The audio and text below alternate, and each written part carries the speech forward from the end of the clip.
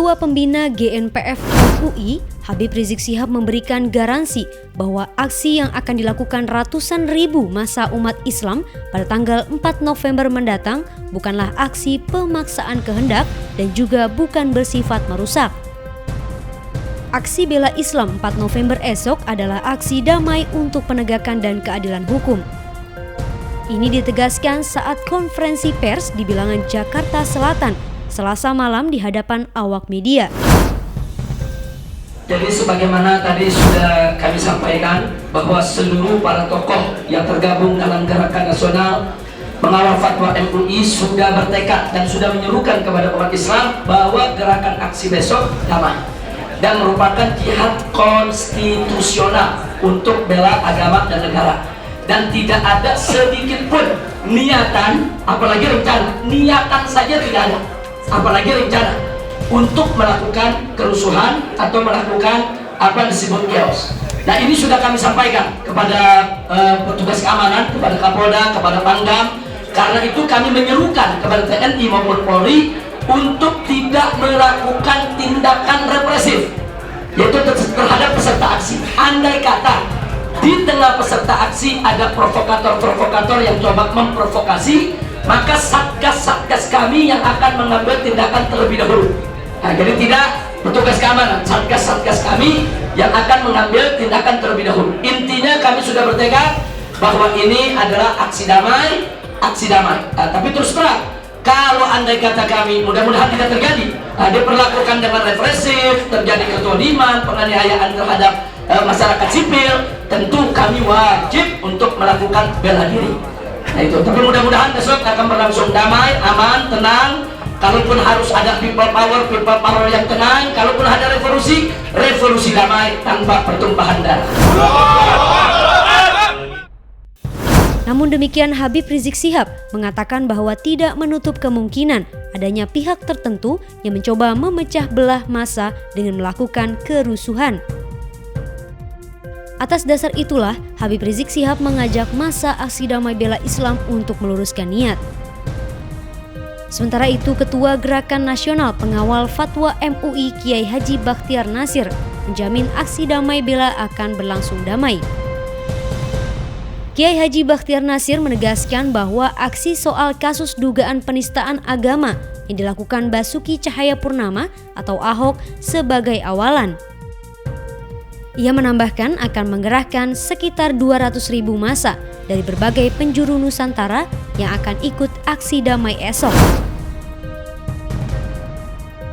Seluruh Indonesia, hampir seluruh Indonesia, ya, mulai dari Jawa Timur sampai Jawa Barat, Bali pun sudah mulai berangkat. Sulawesi, Palembang, Lombok, Sumatera Barat, Aceh, Papua dan juga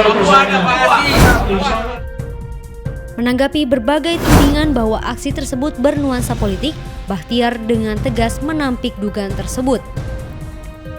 Dalam acara konsolidasi GNPF MUI ini juga dihadiri oleh musisi Ahmad Dhani, Ratna Sarumpait, Rahmawati Soekarno Putri, anggota DPD Fahira Idris, Neno Warisman, dan beberapa pimpinan ormas Islam di bawah naungan MUI.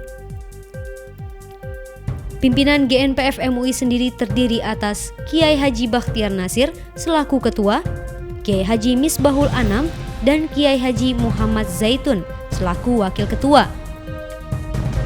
Munarman selaku Panglima Lapangan dan pembina Habib Muhammad Rizik Syihab. Berikut adalah hasil konferensi konsolidasi GNPF MUI yang telah kami rekam sebelumnya. Pada tanggal 4 November 2016 ada sebuah gerakan yang bernama Aksi Damai Bela Islam dan Bela Al-Quran yang terdiri dari kaum muslimin muslimat dan rakyat Indonesia secara keseluruhan, baik dari kelompok religi, maksud saya kelompok agamis, Islamis maupun dari kelompok nasionalis. Gerakan ini dikomandoi oleh GNPF MUI, Gerakan Nasional Pengawal Fatwa MUI. Adalah sebuah gerakan menegakkan supremasi hukum, menegakkan keadilan, tentu di segala bidang, Tapi untuk konteks 4 November kita mulai dari penistaan agama dan penodaan agama oleh Gubernur DKI Jakarta Basuki Cahayapurnama.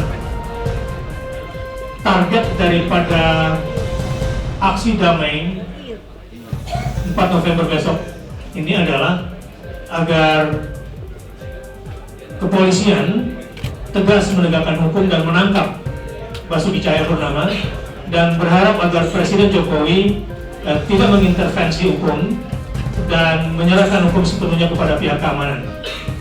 Gerakan yang akan dihadiri dari seluruh Indonesia ini kemungkinan besar di atas 200.000 orang.